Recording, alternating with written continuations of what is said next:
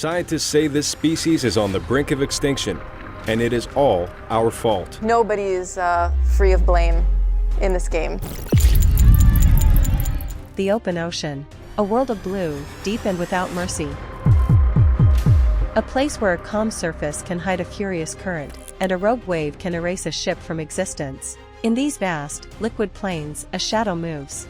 A silver giant, built for speed and power. The bluefin tuna. For the men who chase it, this fish is not just a creature. It is a gamble, an obsession, a fortune that can be won or lost between one sunrise and the next. For these industrial fishermen, the hunt is not about heritage. It is a high-stakes enterprise, a battle of technology, endurance, and nerve against the raw power of the sea. A single, successful trip can yield a prize worth over $1 million. But failure means crippling debt, lost time, and the ever-present risk of returning with nothing but empty nets and broken spirits.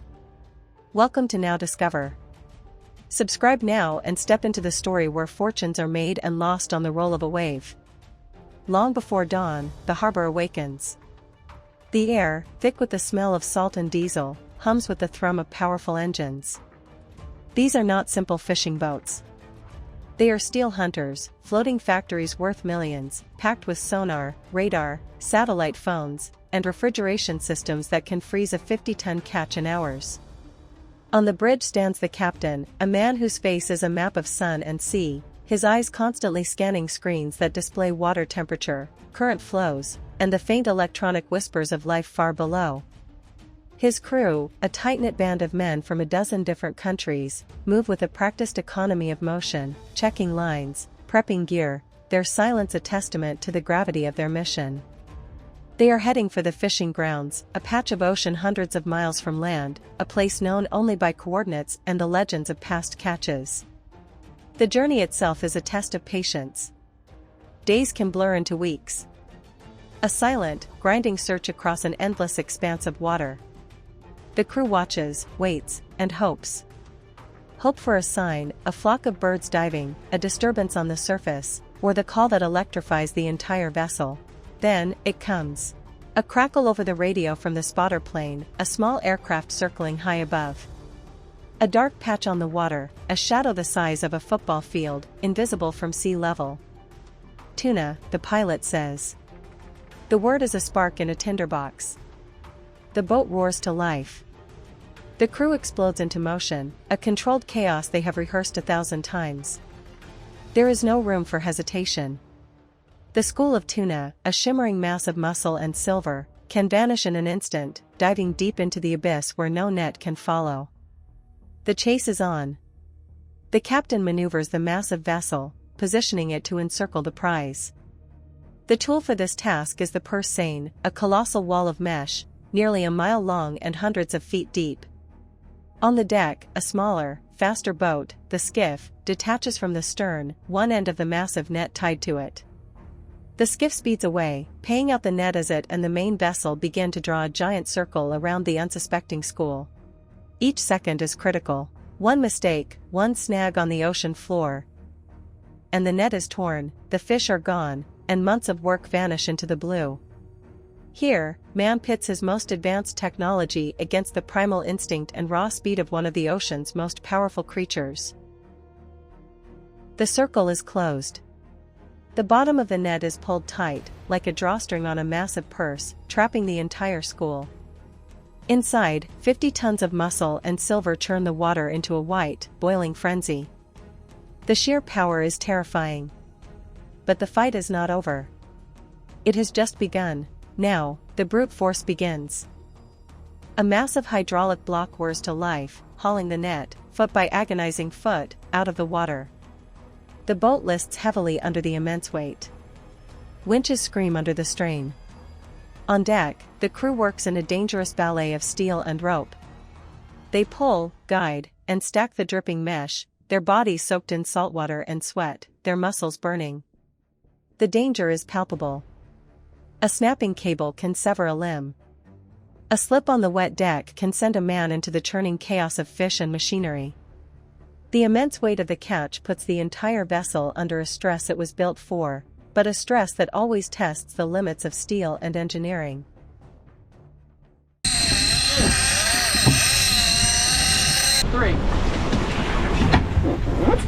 Slowly, inch by agonizing inch, the bag of the net, now swollen with the thrashing catch, is drawn alongside the boat.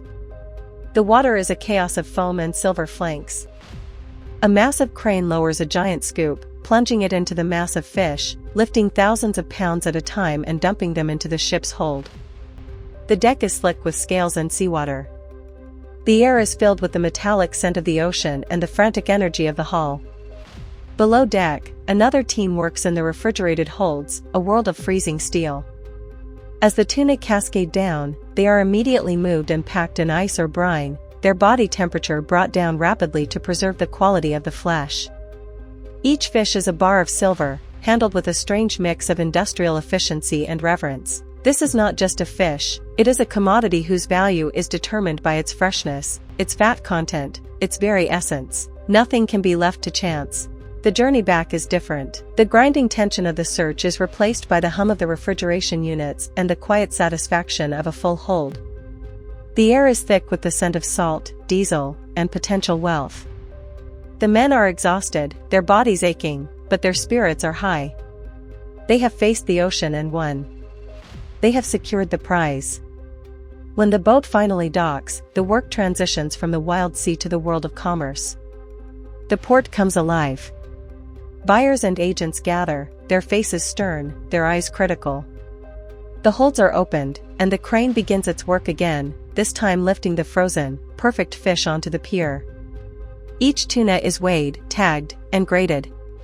The captain watches, his entire voyage, his entire investment, distilled into these few hours of inspection. The final numbers are tallied. The weight. The quality. A price is negotiated, a figure that can reach into the 7 digits. A handshake seals the deal. 50 tons of wild ocean life are transformed into a wire transfer, a ledger entry, a profit margin. For the crew, it means a paycheck that can support their families for an entire year. For the captain, it is the validation of his skill, the return on his massive risk. This high-tech hunt is anchored in an ancient tradition.